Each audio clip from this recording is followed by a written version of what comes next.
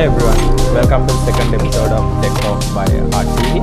I hope you enjoyed our last episode and thank you so much for all the feedback you have given. We are warmly welcome all the feedback, and please, if you have any feedback, even for this episode, just visit the Facebook page Art Television. It should be displayed on the screen itself.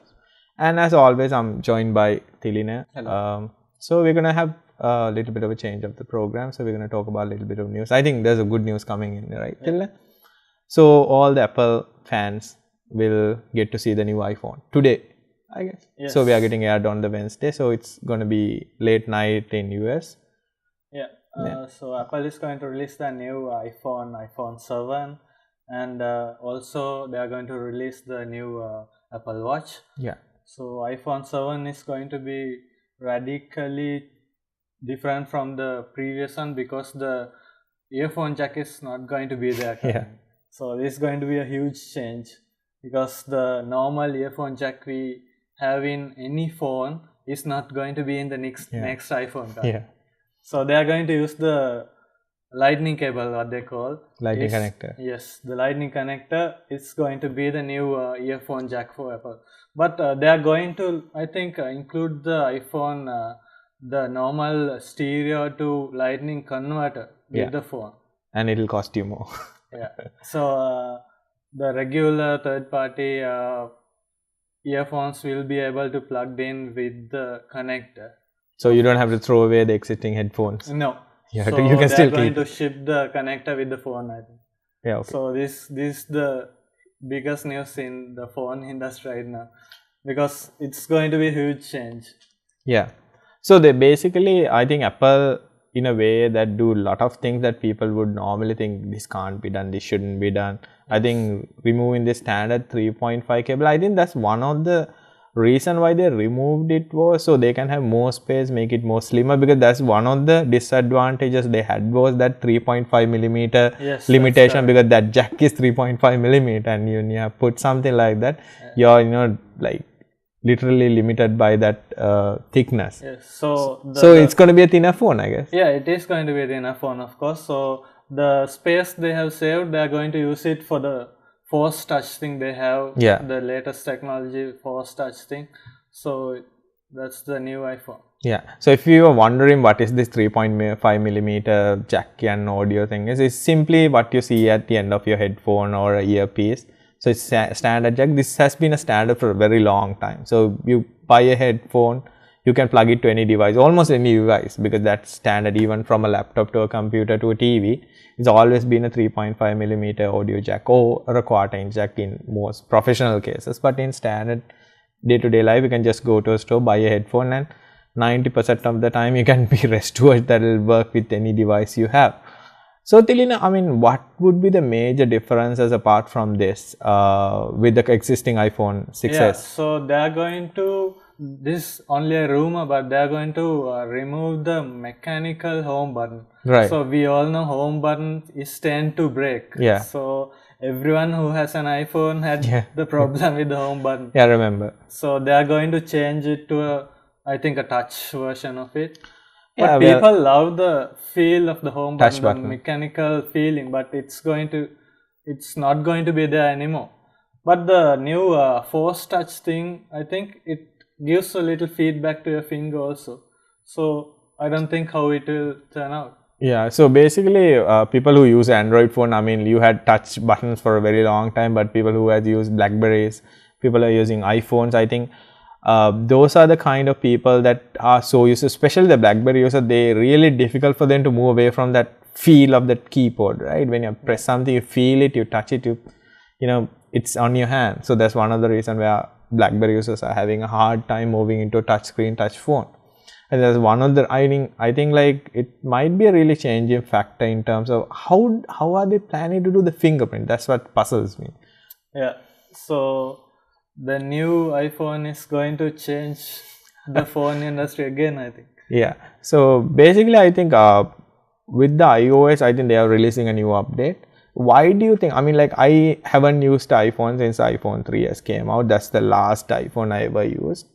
And then I switched to Android. I think everyone nowadays, most of the people are on Android because one thing is the phones are cheaper. Yes. And you have multiple options. But when you take Apple and iOS, you are always limited to that ecosystem, right? For example, if I have some music, I can't just plug into friend's computer and copy my music in, can you? Yeah. So why do you think that, I mean, you are Apple user, why do you pay that premium price use iPhone? Yeah, I think the main advantages are the apps. Apps are really selling, the big selling point for iPhone, because the apps are really well designed and it's been approved by Apple, and the designs are very nice and sleek and easy to use. So, and the iPhone, the device itself, it's very sleek and very nice to use. So that is the main point, I think. So I think like people will say, oh, Android has, I would say that Android has a marketplace, you have apps, and what does what does it mean that Apple approves each and every, so they basically go through each and every app that gets submitted to the iPhone store, I guess. Yes, so it's going through a approval process. So the developers has to like submit the app to the Apple developer account, and then only if they got approved, the app is going to be appeared in the App Store. So basically it's a total standardized process where you see all the apps on a standard platform, where Android you get some apps looks nice, some are not, it might work, might not work, even and also the main thing is the apps might contain some malicious code and some viruses also on the Android App Store, but in Apple it's not going to be the case. So Android, I think they Google has started somewhat of a vetting process, Apple, but it's not the same as Apple, right? So for you to get an app through Apple, it's not that easy, because we have to adhere to those standards and it has to look the same. Even down to the icon, the screen, splashes, and I think that's, when I use iPhone, I always feel restricted in my case, because if I want to do something, I always have to have iTunes install, I need to plug it in, so I can't do any changes. So what you see is what you get basically.